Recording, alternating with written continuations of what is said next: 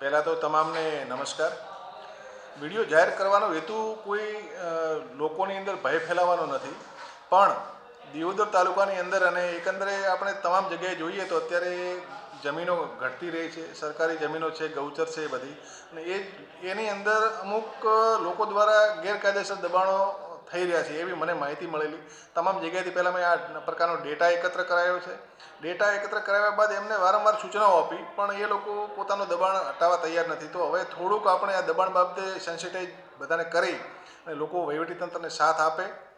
મેં મારો video viral કરવાનો હેતુ એક જ છે કે આ લોકો સ્વેચ્છાએ પોતાનું દબાણ 7 થી 10 દિવસની અંદર દૂર કરે. નહીં દૂર કરે તો પછી કાયદાકીય જે પણ કાર્યવાહી કરવી પડે એ કરી અને દિયોદર તાલુકાને દબાણ મુક્ત કરવાનો જે નેમ લીધો છે એ આપણે પૂરો કરીશું.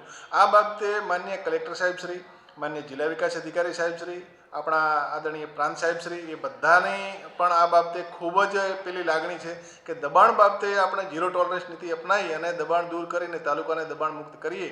તો મારી તમામ પ્રજાજનોને પણ વિનંતી છે કે આ ઝુંબેશની અંદર જેટલો સહયોગ આપ આપશો એટલું જ દબાણ દૂર થઈ અને તાલુકાની આ દબાણની જે પણ એક દૂષણ ઘૂસી ગયું છે એ દૂષણ દૂર કરી શકાય. Thank you. સૌથી વધારે પહેલાં તો જે પણ કોઈ ગૌચરના દબાણો છે એ ગૌચરના દબાણો અને સિટી વિસ્તારના જે દબાણો છે એ દબાણો પણ દૂર કરવામાં આવશે. પણ જેમ જેમ આપણા જોડે માહિતી અને જે લોકોનો સહયોગ આપણને મળશે ત્યાં આપણે વધારે અસર કરવાની જરૂર નથી, પણ જ્યાં સહયોગ નહીં મળે એ જગ્યાએ આપણે કાયદાકીય પગલાં લઈને પંચાયત ધારાની કલમ 105 હેઠળ જે પગલાં લેવા પડે એ લઈ અને એ લોકો સ્વેચ્છાએ દૂર નહીં કરે તો દબાણ હટાવવાનો જે ખર્ચો થાય એ પણ દબાણદારના માથે જ નાખવામાં આવશે. ત્યાં સુધી અમારી તૈયારી છે. વર્તમાનના સરપંચો ઉપર અત્યારે મારે કોઈ કાર્યવાહી કરવાની નથી. આ દબાણની ઝુંબેશ છે, આની અંદર મારે કોઈ કાર્યવાહી કરીને લોકોમાં ભય ફાયદા કરવાનો કોઈ નિર્ણય નેમ નથી.